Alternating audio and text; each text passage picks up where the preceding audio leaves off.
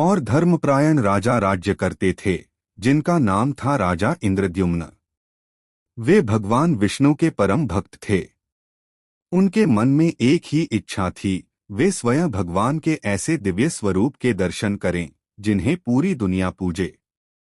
एक दिन राजा ने सुना कि घने जंगलों में नीलमाधव नाम से भगवान विष्णु की गुप्त रूप में पूजा होती है। राजा ने अपने विश्वस्त मंत्री विद्यापति को नीलमाधव की खोज में भेजा।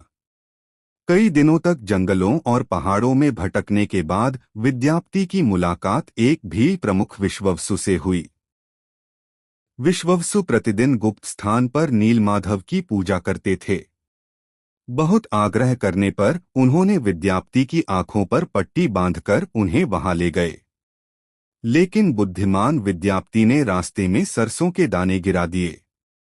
कुछ दिनों बाद उन दानों से पौधे उग आए और रास्ता पहचान में आ गया। जब राजा इंद्रद्युम्न स्वयं उस स्थान पर पहुंचे, तब तक नीलमाधव की मूर्ति अदृश्य हो चुकी थी। राजा बहुत दुखी हुए। उन्होंने वहीं भगवान से प्रार्थना की और कठोर तपस्या करने लगे।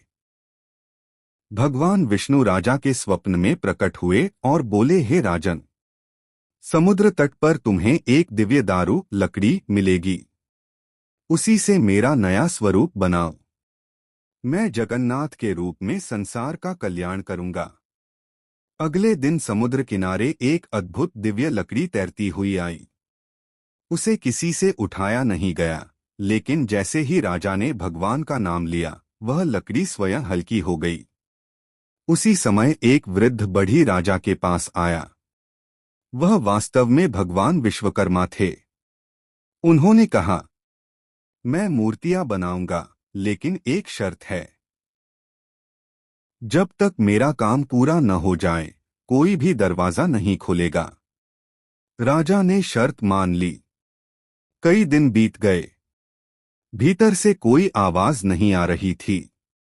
रानी चिंतित हो गई और राजा से बोली कि कहीं वृद्ध बढ़ी को कुछ हो न गया है। चिंता में आकर राजा ने दरवाजा खोल दिया। दरवाजा खुलते ही बढ़ी अदृश्य हो गए। सामने भगवान जगन्नाथ, बलभद्र और सुभद्रा की अद्भुत मूर्तियां थीं। उनके हाथ पांव पूर्ण नहीं बने थे। राजा बहुत दुखी हुए, लेकिन तभी आकाशवाणी हुई, हे राजन, यही मेरा दिव्य स्वरूप है। मैं इसी रूप में युगों युगों तक भक्तों को दर्शन दूंगा। राजा ने उसी स्थान पर भव्य मंदिर बनवाया, जो आज जगन्नाथपुरी के नाम से पूरे विश्व में प्रसिद्ध है।